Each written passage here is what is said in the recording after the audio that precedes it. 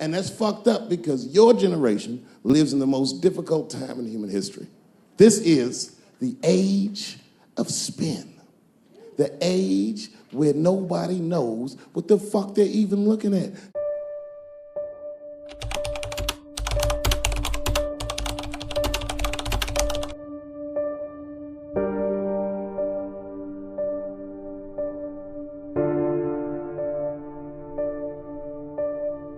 And you know, I've met OJ Simpson on 4 different occasions in my life. And before the end of the show, I will tell you about each of those occasions. I was on stage not too long ago. I was in Syracuse, New York. For Syracuse, but the show didn't go so good. All because I was talking about Bill Cosby a little bit. Not a little bit, I'll be honest. Talked about him for like maybe 25 minutes. No, recently I've noticed that. I noticed that with that Manny Pacquiao controversy. Yeah, no, it was now in the gay community's defense. Manny Pacquiao said some outlandish shit about gay people. He's on the street. I don't mind him, but I'll be like, man, I miss Bruce. I'm sorry, guys. I'm 42. I remember Bruce Jenner.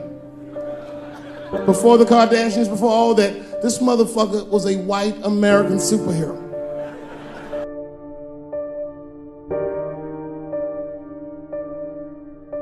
I call my name Dave Chappelle. Niggas was like, you know, normally when you do a comedy show, you guys don't know what it looks like up here, but niggas be looking up at you like.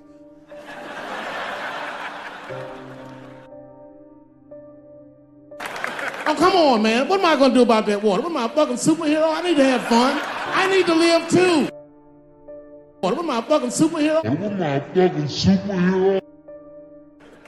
The first time I met OJ Simpson. The second time I met OJ Simpson. Third time I met OJ Simpson.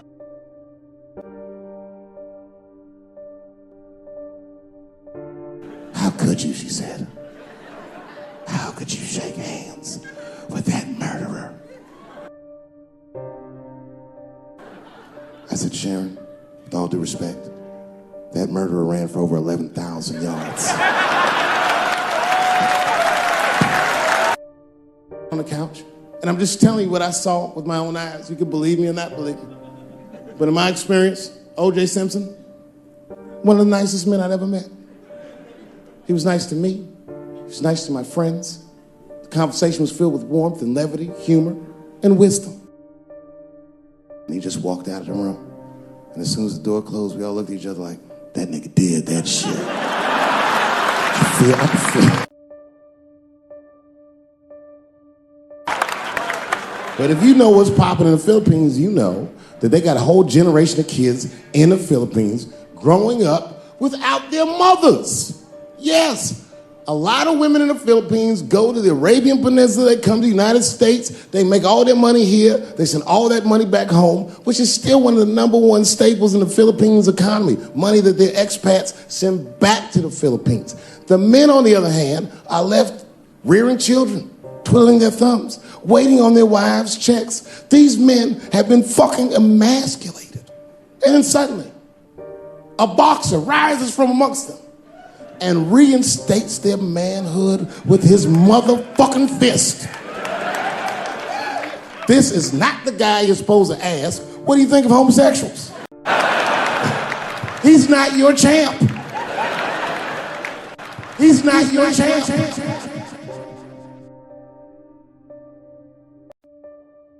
I'm saying, because you know, whenever I see one of them T's on the street, I don't mind them, but I'll be like, man, I miss Bruce. I'm sorry, guys. I'm 42. I remember Bruce Jenner. Before the Kardashians, before all that, this motherfucker was a white American superhero. It was amazing. He was beating Africans at track and field. We'd never seen anything like it. He was on my cereal box growing up. You know how much of that cereal I ate, nigga? I didn't know he was gonna do that. 70s were a wild era. And while all this was going on, Bill Cosby raped 54 people.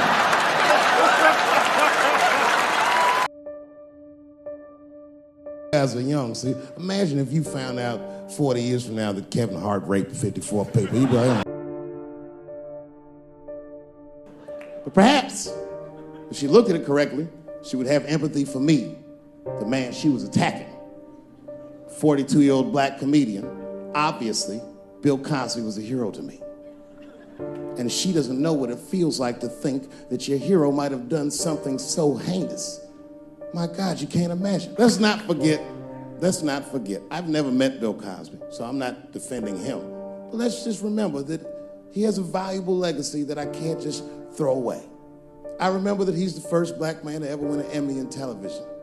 I also remember that he's the first guy to make a cartoon with black characters where their lips and noses were drawn proportionally. I remember that he had a television show that got numbers equivalent to the Super Bowl every Thursday night.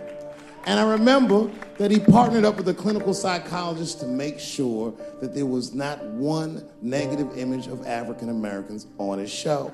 I'm telling you, this is no small thing. I've had a television show. I wouldn't have done that shit. Gave tens of millions of dollars to African American institutions of higher learning, and is directly responsible for thousands of black kids going to college. Not just the ones he raped. Comes the kicker. You ready?